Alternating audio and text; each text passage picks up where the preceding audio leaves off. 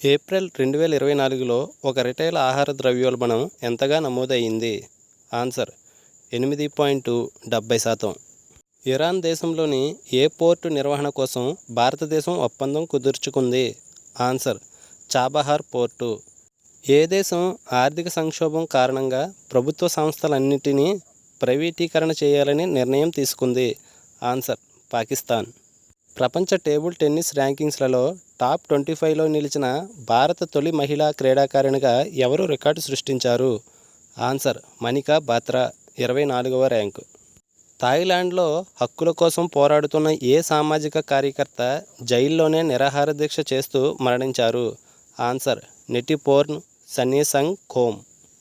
వ్యక్తిగతంగా అత్యధిక సార్లు 29 సార్లు ఎవరెస్ట్ శిఖరాన్ని అధిరోహించిన పర్వతారోహకుడిగా ఎవరు ఆ రికార్డు సృష్టించారు? ఆన్సర్ షర్బా కమి రెటా. భారత్ ఫ్రాన్స్ దేశాల మధ్య 7వ సైనిక విన్యాసాలు ఏ పేరుతో మేఘాలయలో తాజాగా నిర్వహిస్తున్నారు? ఆన్సర్ శక్తి.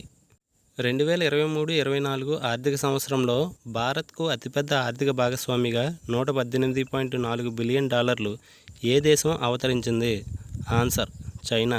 2023-24 ఆర్థిక సంవత్సరంలో భారత్కు రెండో అతిపెద్ద ఆర్థిక భాగస్వామిగా $118.3 బిలియన్ ఏ దేశం అవతరించింది?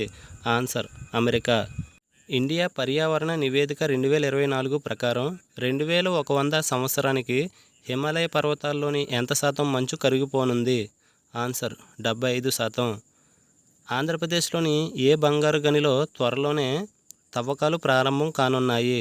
ఆన్సర్ జొన్నగిరి, కర్నూలు జిల్లా.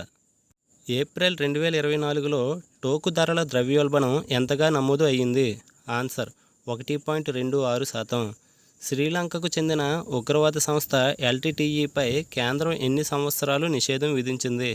ఆన్సర్ 5 సంవత్సరాలు.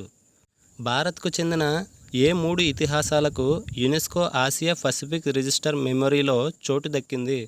ఆన్సర్ రామచరితమానస్, పంచతంత్ర, సహృదయాలోక లోచన.